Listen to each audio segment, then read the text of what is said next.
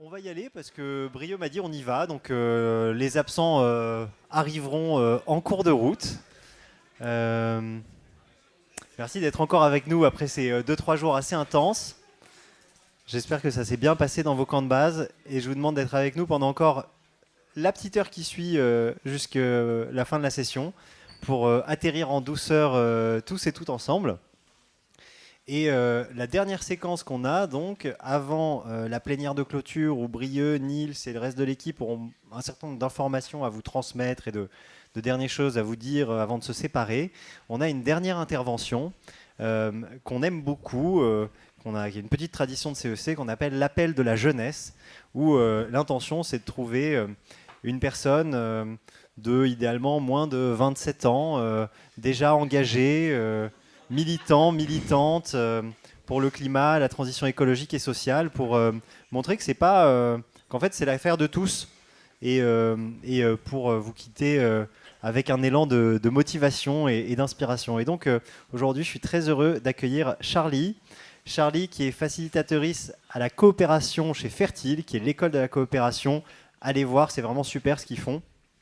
Et activiste au bruit qui court et qui va nous parler un petit peu de son parcours d'engagement militant. Charlie, à toi. Merci.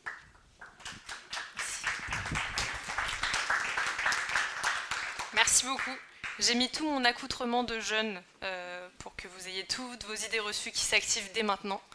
Donc on m'a bien appelé pour être la caution jeunesse de cette CEC. J'ai jamais fait d'exercice de parler comme ça devant autant de monde, donc je me lance. Soyez indulgents. On m'a demandé d'essayer de venir vous amener de l'espoir. Alors, bon courage après tout ce que vous avez entendu. Moi, j'ai plus beaucoup d'espoir aujourd'hui, mais on va voir ce qu'on peut faire quand même. On va tenter un truc. J'ai envie surtout, là aujourd'hui, j'ai la chance de pouvoir vous partager, moi, mon regard un peu sur les choses. J'aimerais bien prendre un peu plus de hauteur et venir se poser la question de pourquoi est-ce que c'est important de croiser nos regards avec ceux des autres, avec des personnes qui n'ont potentiellement pas les mêmes perceptions des choses, pas accès aux mêmes vérités que nous. Et aussi parce que je pense que le fait de venir croiser nos regards, de venir faire du lien entre nos différentes expériences, et ça fait que du coup, on crée du lien. Et moi, dans mon expérience, il n'y a que ça qui m'a mis vraiment en mouvement, qui m'a donné envie de faire quelque chose. Et je vais essayer de vous raconter aussi cette partie-là de ma vie à la fin. Je vais commencer par faire quelque chose que je fais souvent dans mon rôle de formateur-formatrice, c'est qu'au début de toutes mes formations, je me situe. J'explicite d'où je parle. Depuis quelle position sociale est-ce que je parle ? J'aurais pas la même voix si je suis un homme, j'aurais pas la même voix si je suis jeune, j'aurais pas la même voix en fonction de mes parcours de vie. Et du coup, je trouve ça hyper important, quand je parle, d'expliquer depuis quel endroit je parle. C'est aussi une invitation peut-être à le faire vous aussi par la suite. Alors d'habitude, j'ai pas un super PowerPoint comme ça, donc je me suis amusée à faire un truc un peu plus rigolo cette fois-ci. Évidemment, je fais pas ça quand je suis en formation, malheureusement. Petite question, quand on fait de l'éducation populaire, on dit souvent qu'on essaye de relier la grande histoire, peut-être les éléments de notre histoire collective, à la petite histoire. Où est-ce que moi, personnellement, j'étais à ce moment-là ? Et donc, petite question, où est-ce que vous étiez en 98 ? Vous pouvez déjà vous replonger dans votre vie à ce moment-là, potentiellement. J'en profite. Voilà, et peut-être qu'il y a un élément de notre histoire commune qui a eu lieu en 98.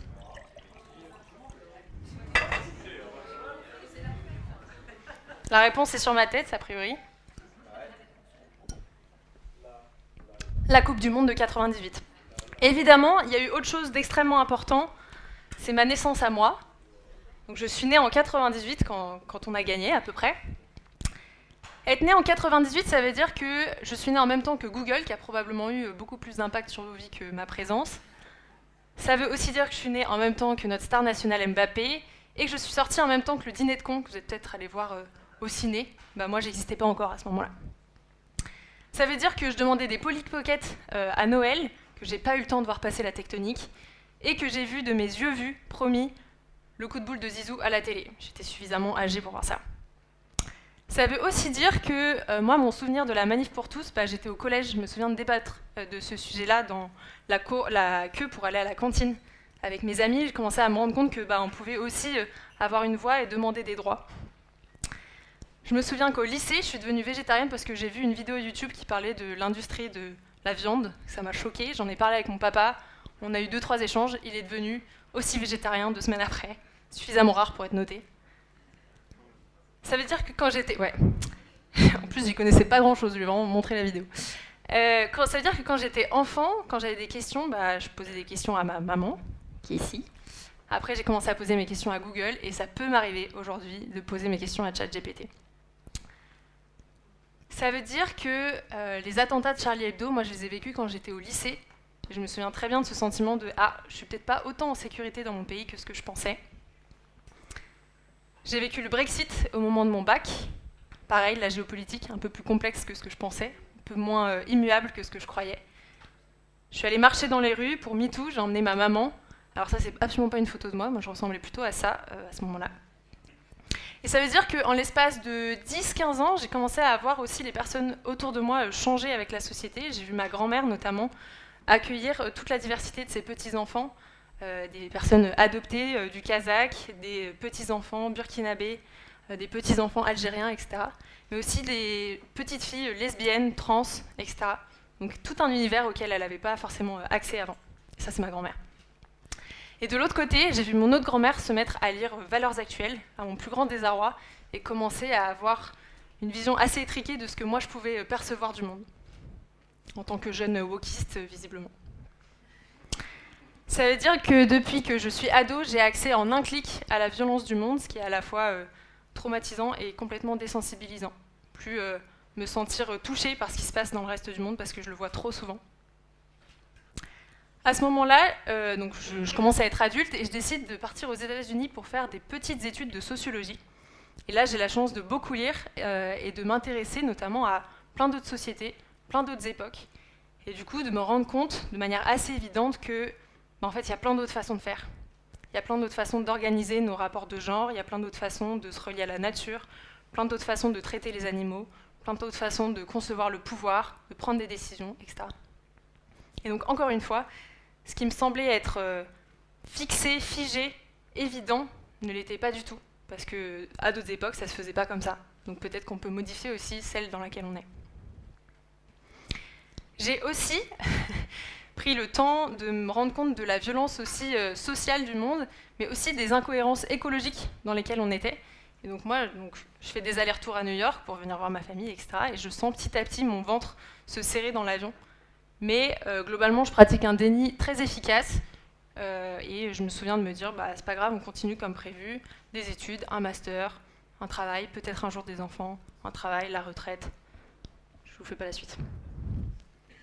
Et puis boum, le Covid, encore un élément de notre histoire commune. Je dois revenir des États-Unis. Je perds mon cercle amical. J'avais prévu de commencer ma vie professionnelle là-bas. Je me retrouve en France sans trop savoir où aller. Et je sens aussi couler doucement en moi une angoisse politique et écologique assez forte qui me ressemble pas trop. Globalement, je ne suis pas quelqu'un de très angoissé, mais je sens que c'est en fond et j'arrive pas trop à savoir si je dois l'affronter un peu de face ou si je laisse couler.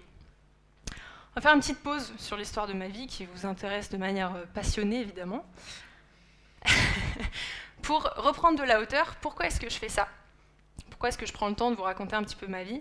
C'est pour revenir à cette notion des points de vue. Il y a une théorie que moi j'aime beaucoup, qui s'appelle juste la théorie des points de vue, qui veut juste dire qu'on perçoit le monde depuis là où on est. Donc ça veut dire qu'il y a une mosaïque de points de vue dans le monde. Et ça implique de prendre conscience que nous ne voyons pas les choses comme elles sont, mais nous les voyons comme nous sommes. C'est une citation de Anaïs Nin, une écrivaine que j'aime beaucoup. Et du coup, prendre conscience de ça, pour moi, c'est essentiel, et ça ne veut absolument pas dire que on doit laisser de côté la méthode scientifique qui justement nous invite à croiser nos regards pour venir dire en gros ça veut dire il n'y a pas de vérité universelle. Ce que moi j'observe, ça ne peut pas être vrai pour tout le monde. Par contre, on peut essayer de croiser suffisamment nos regards pour se rendre compte où est-ce qu'il y a des réalités communes. Donc ça ne veut pas du tout dire que je suis à l'encontre de la méthode scientifique, c'est pas du tout ça mon propos. Au contraire, on entend souvent parler d'esprit critique. Moi, je parle beaucoup d'esprit critique, c'est quelque chose auquel je suis très attachée. Pour moi, l'esprit critique, c'est trouver un équilibre entre le dogmatisme et le relativisme. Relativisme, ça veut dire, je suis hyper ouvert d'esprit au point où je peux avoir des vérités qui ne fonctionnent pas ensemble, que j'accepte. Genre, la Terre est plate, la Terre est ronde. Je dis oui, bien sûr, elle peut être les deux en même temps. Ça serait du relativisme. De l'autre côté, le dogmatisme, ce serait, mon cerveau est complètement bloqué, je laisse rentrer aucune nouvelle idée, parce que je suis persuadée que le monde, il est comme ça, et pas autrement. L'esprit critique, c'est se permettre de laisser passer quelque chose, en ayant une petite passoire qui vient sélectionner, est-ce que je viens recroiser mes informations, est-ce que je viens voir si c'est réel dans d'autres perspectives. Tout ça pour venir vous dire que quand on parle de théorie des points de vue, l'invitation c'est se poser la question de ok, du coup c'est quoi les regards que j'ai pas pris en compte pour observer une situation. Peut-être là c'est se poser la question de qui n'est pas là pour prendre des décisions, qui n'est pas dans les comités de direction, qui n'est pas là dans les débats qui affectent directement la vie des personnes concernées. Peut-être là prendre le temps de regarder autour de vous, c'est quoi les parcours de vie, c'est quoi les types de personnes qui ne sont pas présentes ici parmi nous. Donc prendre conscience qu'on est globalement dans des bulles, qu'elles soient sociales, qu'elles soient d'âge, qu'elles soient de plein de choses différentes, et du coup de prendre le temps d'avoir conscience de ça, ne serait-ce que ça. Ça c'est la théorie des points de vue. La théorie des points de vue, elle nous invite aussi à nous poser la question, du coup il y a quand même des réalités un peu plus acceptées que d'autres. Et c'est lesquels ces regards qui sont perçus comme légitimes? C'est quoi ces regards qui sont perçus comme normaux, qu'on ne vient pas questionner? C'est quoi les regards qui viennent façonner du coup notre réalité? Qu'est-ce qui est neutre? Si par exemple, on dit souvent l'histoire peut être perçue comme neutre, l'histoire si elle est racontée par les vainqueurs, c'est quoi toutes les histoires de résistance dont on n'a jamais entendu parler? Si la science elle est censée être neutre, comment ça se fait qu'on a plein d'études scientifiques qui ont pendant des siècles soutenu l'esclavage, qui ont légitimé les inégalités entre les genres, qui ont légitimé l'exploitation de la planète, etc. Donc si ni l'histoire ni la science n'est neutre, il y a des chances que nous, notre regard, il ne le soit pas non plus. Ça veut dire que ce qu'on décide de transmettre, ce qu'on décide d'observer, ça aussi, c'est pas neutre. Ce que vous allez décider de mettre en place ou de ne pas mettre en place dans vos différents espaces de travail, c'est pas neutre non plus. Dans les deux cas, ça vient soutenir une vision du monde. Et moi, je trouve ça essentiel de prendre conscience de ça. C'est aussi quel mot est-ce qu'on choisit d'utiliser pour parler de notre réalité. Moi, j'ai un colloque qui ne parle plus d'éco-anxiété et qui parle uniquement de politico-anxiété. Le sujet, c'est pas tant la situation écologique et sociale dans laquelle on est. Évidemment, ça me fait peur, etc.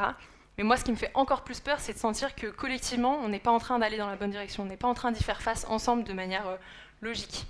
Même, on est en train de marcher à reculons. Et c'est ça, moi, qui m'angoisse. J'aime bien me dire ça parce que aussi avoir de nouveaux mots pour parler de ma réalité, ça m'aide à choisir où est-ce que je mets mon énergie. Est-ce que du coup ça veut dire que je mets mon énergie sur réduire l'impact carbone ou est-ce que je mets mon énergie sur essayer de modifier les structures politiques du pays ou du monde global dans lequel je suis.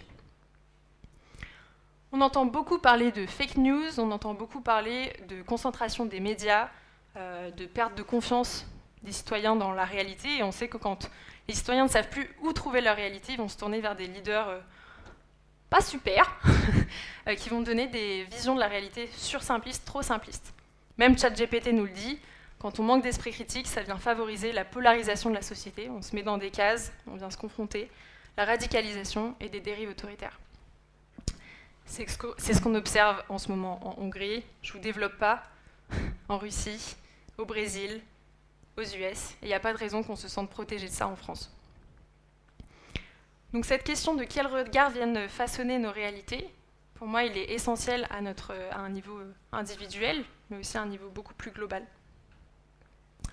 On m'a dit qu'on vous avait déjà parlé de l'éléphant dans une salle noire. Moi, ce n'est pas des personnes aveugles qui essayent de comprendre ce qui se passe, c'est des petites souris. Mais c'est juste une image qui est très parlante, je trouve, pour venir se dire, ok, en fait, on va faire face collectivement à quelque chose d'extrêmement complexe, complexe à un niveau écologique mais aussi à un niveau social, et si on ne prend pas en compte les réalités d'autres personnes, il y a des chances qu'on vise complètement à côté du sujet.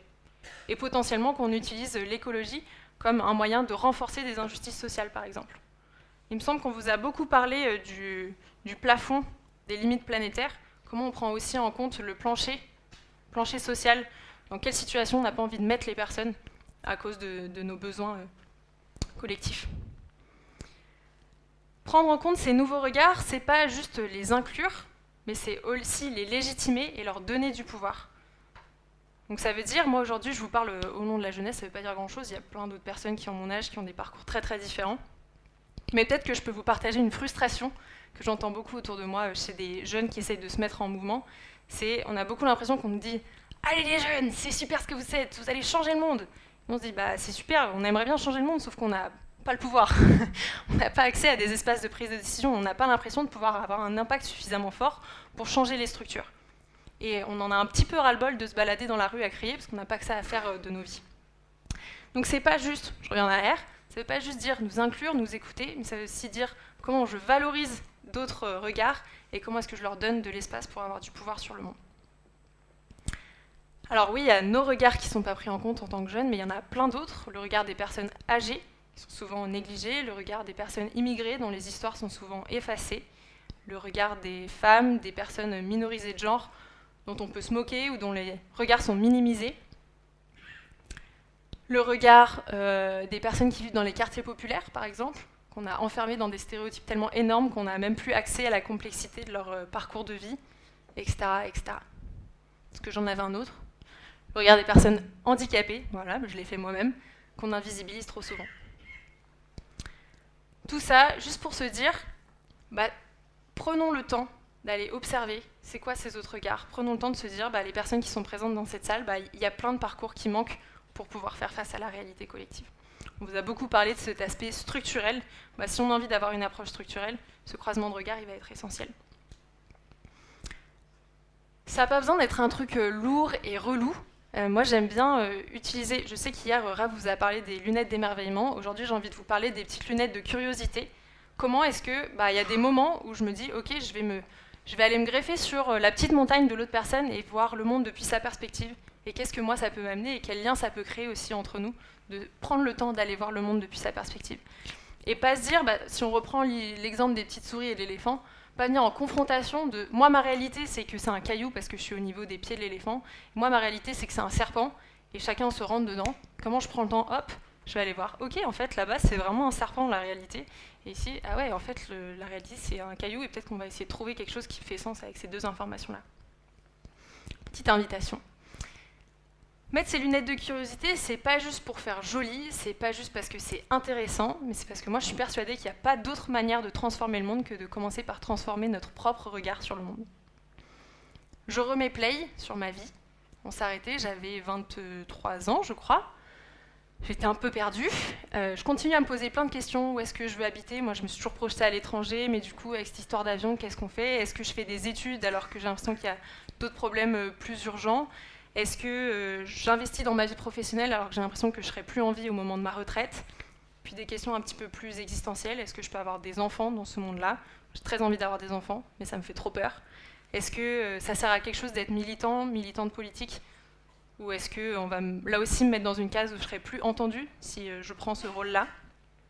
Est-ce que mes amis proches, mes colocs vont finir en prison, vont être torturés en fonction... de quel état, dans quel contexte politique on va être dans le futur. Est-ce que je me pose trop de questions ? Tout ça, ça rentre là-dedans, c'est encore présent, mais un petit peu moins qu'avant. Et quand j'ai un peu tous ces trucs dans ma tête, où je me dis, mais il y a tout à questionner, de nos relations interpersonnelles, à l'État, à l'école, à tout plein de trucs, à l'entreprise, ça me permet aussi de me dire, il y a aussi un côté positif là-dedans, ça veut dire qu'on peut tout réinventer, tout réimaginer, nos identités, nos façons de se relier les uns aux autres, nos façons de décider qui a du pouvoir, etc. etc. Et ça peut être très joyeux. Moi, j'ai eu de la chance, j'ai eu des espaces pour expérimenter ça. Donc en 2021, j'ai une amie qui m'a proposé de venir à une résidence. C'était un truc sur l'art, l'écologie, les jeunes. J'avoue que je me fichais un petit peu du sujet à ce moment-là. J'avais surtout envie de passer du temps avec des gens parce que sortie de Covid. J'y suis allée. Et elle m'avait aussi invitée pour avoir mon regard, parce que je venais pas trop des milieux écolos, justement. Et je suis arrivée dans un espace où j'ai vraiment senti un truc de « Ok, en fait, ton regard, il est riche, il n'est pas en confrontation, et peut-être qu'on va pouvoir construire quelque chose ensemble. » C'est un moment qui m'a fait beaucoup de bien, où tout était basé sur passer un bon moment, tout en ayant de l'impact, tout en prenant soin les uns des autres, tout en faisant des liens, etc. Et là, moi, ce qui m'a touchée beaucoup, c'est les liens, ils n'étaient pas juste au service de se sentir mieux dans un monde qui s'écroule autour de nous, c'est comment les liens, ils sont au service de l'impact.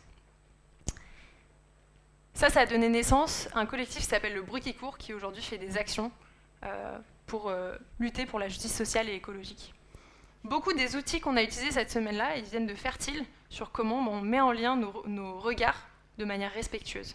Comment on transforme le PFH, le putain de facteur humain, en précieux facteur humain. Ça a été mon moment de bascule et je me dis que peut-être cette CEC, ce sera votre moment de bascule, peut-être pas. Mais l'invitation que j'ai envie de vous faire, c'est Pas hésiter à porter vos petites lunettes de curiosité pour aller découvrir les différentes personnes autour de vous, parce que moi, c'est vraiment ces liens-là qui m'ont mis en mouvement. C'est mes amis aujourd'hui, c'est les personnes qui font mon quotidien. Les graines qui ont été plantées à ce moment-là, eh ben, elles ont bien poussé depuis. Donc j'habite avec 7 personnes dans une grande maison.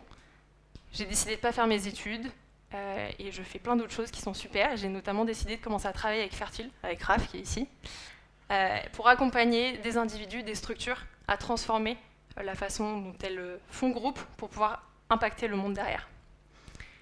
Moi, j'ai l'impression d'avoir énormément de chance, parce que je peux avoir une voix, parce que je peux avoir un peu d'impact, peut-être moins que vous, mais c'est déjà ça. Mais avec cette chance, moi, je pense qu'il y a aussi une responsabilité. Comment on ne se sent pas coupable d'avoir une voix qui porte plus que les autres, mais responsable de ce qu'on en fait. Cette phrase est de moi. Nous sommes responsables de questionner le regard qu'on porte sur le monde, d'autant plus quand notre regard il a du pouvoir et qui peut impacter la réalité des autres. Et chez Fertile, encore une fois, on parle non seulement de responsabilité... Ah oui, pardon. Il y a d'abord le tonton de Spider-Man qui dit « De grands pouvoirs impliquent de grandes responsabilités ». Évidemment. Donc à Fertile, on aime bien parler de responsabilité, mais aussi de co-responsabilité. Comment je ne me sens pas accablée, responsable d'une situation, par exemple l'état écologique actuel, je pourrais en vouloir aux générations d'avant, mais je me sens aujourd'hui co-responsable. Ok, à partir de maintenant, on est ensemble et qu'est-ce qu'on fait avec cette situation ? Peut-être une dernière chose là-dessus, j'ai pas du tout envie de vous dire comment faire, où aller, etc. Je pense que ça prendra la forme que ça va prendre pour vous, les liens que vous aurez à tisser. Mais juste vous partager que moi, avoir ouvert ce regard il y a 3 ans et demi, ça m'a vraiment permis de me mettre en mouvement et de me sentir beaucoup plus alignée avec la vie que je mène aujourd'hui et beaucoup plus heureux. Enfin, moi, j'ai l'impression d'avoir une vie remplie de plein de trucs très chouettes aujourd'hui, malgré le fait de pouvoir regarder la réalité en face. Du coup, je vais vous lire juste une petite citation de John Hopkins qu'on lit à la fin de presque tous nos parcours chez Fertile, qui dit « Si nous attendons le bon vouloir des gouvernements, il sera trop tard. Si nous agissons en qualité d'individu, ce sera trop peu. Mais si nous agissons en tant que communauté, il se pourrait que ce soit juste assez, juste à temps. » Pas sûr, mais peut-être. Et juste là-dessus, j'ai envie de vous dire que vous êtes au bon endroit. Vous avez du temps pour vous poser ces questions. Allez-y, lancez-vous, vous êtes légitime, vous avez la chance d'être légitime, vous êtes entouré, déjà avec toutes les personnes qui sont présentes dans cette salle. Et surtout, bientôt, vous serez outillés pour pouvoir élargir votre regard et aussi modifier celui des personnes qui vous entourent. Pour terminer, j'aimerais bien vous lire un petit extrait du manifeste du bruit qui court qui a été écrit justement à cette toute première résidence dont je vous parlais, qui moi me touche encore aujourd'hui, qu'on utilise souvent parce qu'on a une performance avec ce truc-là. Mais du coup, si vous voulez fermer les yeux, je vais vous le lire. Si vous voulez pas fermer les yeux, c'est pas grave du tout. Il est temps. Il est plus que temps d'incarner de nouvelles façons d'être au monde. Il est temps de danser la colère de notre ère, de jouer le monde de demain, de slammer notre identité, de taguer notre volonté d'un réel changement radical. Poursuivre l'objectif sans fin d'une justice écologique et sociale, avec dans l'intestin cette envie brûlante d'agir, de créer et de rire. Et tout ça, toi aussi tu peux le faire. Toi aussi tu peux faire courir le bruit de ta rage de vivre. Ce réveil, il est ouvert à toi. Il n'y a pas de légitimité à prouver, il y a seulement des actions à mener et des relations à construire. Ensemble, nous allons expérimenter, nous lancer, réussir, rater, essayer encore, nous adapter et toujours écouter et aimer. Ces tumultes, c'est nous, on fait avec. Notre génération, elle grandit comme ça, avec la peur de tomber, la joie de créer, la rage de vivre et l'envie de nous réveiller au monde, l'envie de t'embarquer avec nous, de résister et de s'émerveiller ensemble. Merci beaucoup.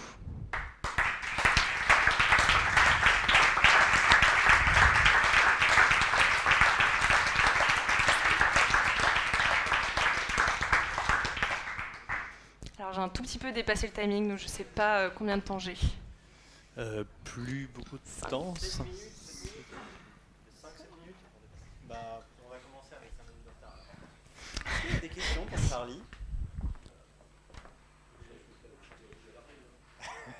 Tu peux aussi laisser ta place, hein, tu sais, la place qu'on nous laisse, la place qu'on... Ouais, bah écoute, J'attends toujours, hein, je laisse un espace la plupart du temps, et c'est ok. En fait, c'est pas une question, c'est un remerciement. Merci de m'avoir botté le cul. Quel bonheur. Quel bonheur d'être ici, quel bonheur de t'entendre. Merci pour ces mots qui sont pour moi... J'ai 54 balais, et qu'est-ce que je suis heureux aujourd'hui, là. J'ai rencontré des personnes qui ont une vingtaine d'années. J'en ai un devant moi là qui est extraordinaire. Je viens de t'écouter, c'est extraordinaire. Je prends une leçon de vie.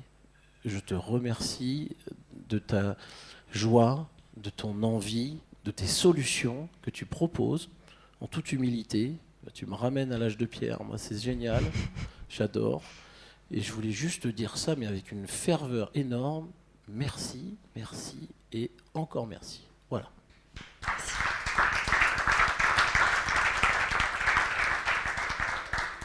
Et merci à toi et merci à vous d'être là.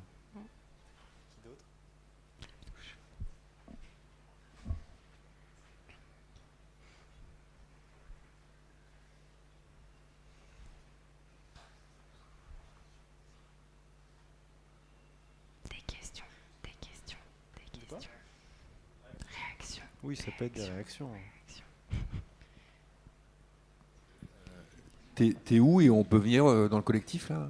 Parce que c'est un petit goût de... Bon, je vais pas faire le vieux con, je vais pas refaire ma jeunesse, mais ça donne envie d'y contribuer avec notre regard à nous, et ton regard lumineux là, ça me donne envie de venir, quoi. Venez, venez.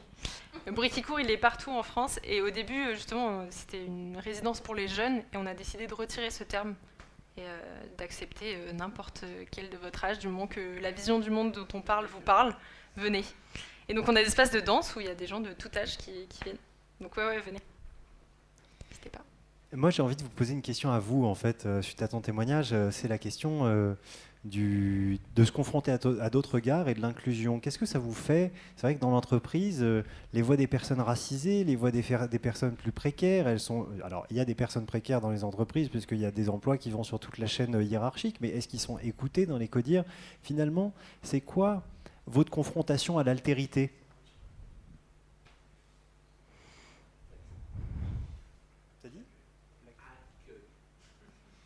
Accueillir. Le monsieur te dit accueillir. Est-ce qu'il y a d'autres réactions en lien avec ça? Parce que je pense que c'était un peu le point clé de ton intervention. Et donc, comment est-ce que vous cheminez, comment est-ce que ça vous fait cheminer cette histoire? Ce qui est compliqué, c'est d'accueillir le regard climato-sceptique, quoi. Tu vois, parce que moi, effectivement, parfois, je suis confronté en face de moi à des gens qui croient pas du tout au sujet, qui me disent arrête avec tes trucs là, c'est une secte ton truc. Et en fait, ce regard-là, bah, moi, je peux plus. Et c'est hyper difficile. Je comprends se mettre à la place d'eux, et j'essaie de le faire tout le temps, mais celui-là, il est super dur. Et j'y arrive pas, j'y arrive plus. Ça crée de la colère, quoi. Vas-y, pardon. Moi, j'aime bien me dire quand je me confronte à d'autres regards, je viens aussi pas me vider de mon énergie, pas forcément parler à tout le monde tout le temps, essayer de débattre, et aussi me poser la question de est-ce que la personne qui me dit ça, elle va être, est-ce qu'elle fait partie des personnes qui vont être directement impactées, une partie des personnes qui vont être le plus impactées, et là, je trouve ça intéressant de se dire bah est-ce que je viens écouter ce regard-là? Après, si c'est une personne qui globalement ne va pas être affectée par le sujet, ça m'agace, mais je ne vais pas me vider de mon énergie pour débattre avec elle. Surtout si je sens qu'il n'y a pas envie de discuter, qu'il n'y a pas envie de faire du lien.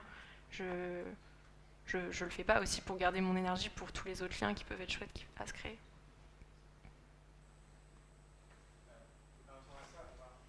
Cette question-là va être abordée. Il y a des solutions, enfin, il y a des outils, des collectifs qui peuvent donner des clés. On l'abordera. En tout cas, c'est dans le champ de notre préoccupation ici.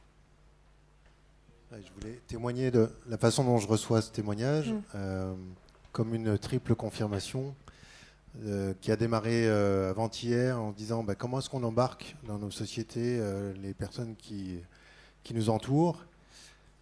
J'émettais l'idée timidement de faire intervenir la jeune génération, une personne en particulier, pour croiser ce regard.